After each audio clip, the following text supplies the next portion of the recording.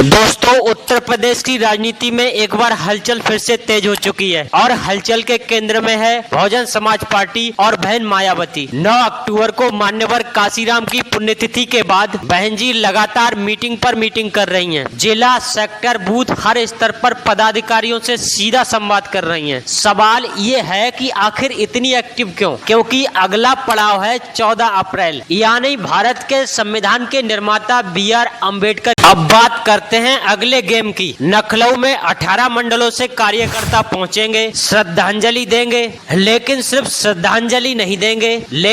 श्रद्धांजलि नहीं, यह होगा शक्ति प्रदर्शन 2.0। और सबसे बड़ी बात, इसको सीधे सीधे 9 अक्टूबर की रैली से कंपेयर किया जा रहा है। अब सोचिए 14 अप्रैल की रैली 9 अक्टूबर से बड़ी हो गई तो सबसे पहले सन्नाटा छाएगा समाजवादी पार्टी में, खासकर अखिलेश यादव के कैंप में, क्योंकि समाजवादी पार्टी को सबसे बड़ा डर यही है। अगर BSP मजबूती से चुनाव लड़ती है, और वो तो सबको पता है लड़ेगी, तो छिटका हुआ दलित वोट बैंक वापस फिर BSP में आएगा और इसका सीधा नुकसान सपा को होगा। और समाजवादी पार्टी सोच रही है कि दलित वोट बैंक जो हमसे कटेगा तो इसका सीधा फायदा भारतीय जनता पार्टी को होगा और वहाँ पर कैंडिडेट भारतीय जनता पार्टी का जीतेगा। अब BJP की कहानी समझिए। भारतीय जनता पार्टी ने पिछले कुछ सालों में बहुजन समाज पार्टी का एक बड़ा हिस्सा अपने साथ जोड़ा है, लेकिन अब भाई वोटर सोच रहा है 2027 में किसके साथ जाएं। यहीं पर असली सस्पेंस शुरू होता है। अगर 14 अप्रैल का शक्ति प्रदर्शन बड़ा होता है तो ये बहुजन समाज पार्टी की सिर्फ रैली नहीं होगी, यह होगा 2027 चुनाव का ट्रेलर। मैसेज साफ होगा, BSP फिर से वापस आ रही है, संगठन फिर से खड़ा हो रहा है और जो दलित वोट है वो एकजुट हो सकता है। देखिए दोस्तों, मैं आपको बता दूं, उत्तर प्रदेश की राजनीति में एक बड़ा सिग्नल मिलने जा रहा है और ये सिग्नल आएगा 14 अप्रैल को, जब Bahujan Samaj party doctor BR Ambedkar की जयंती पर लखनऊ में एक भारी शक्ति प्रदर्शन करने जा रही है। ये कहा जा रहा है ये सिर्फ जयंती नहीं, 2027 चुनाव का ट्रेलर है। इस रैली में हजारों नहीं लाखों कार्यकर्ता, पदाधिकारी और वोटर्स जुड़ सकते हैं और सबसे बड़ी बात, बहन कुमारी मायावती का भी संबोधन हो सकता है। अब समझिए अगली गेम। अगर BSP यहाँ से कोई सीक्रेट प्लान लॉन्च करती है तो यूपी की राजनीति हिल सकती है। दलित, मुस्लिम और ब्राह्मण का समीकरण और साथ में OBC कैंडिडेट का वोट बैंक बैलेंस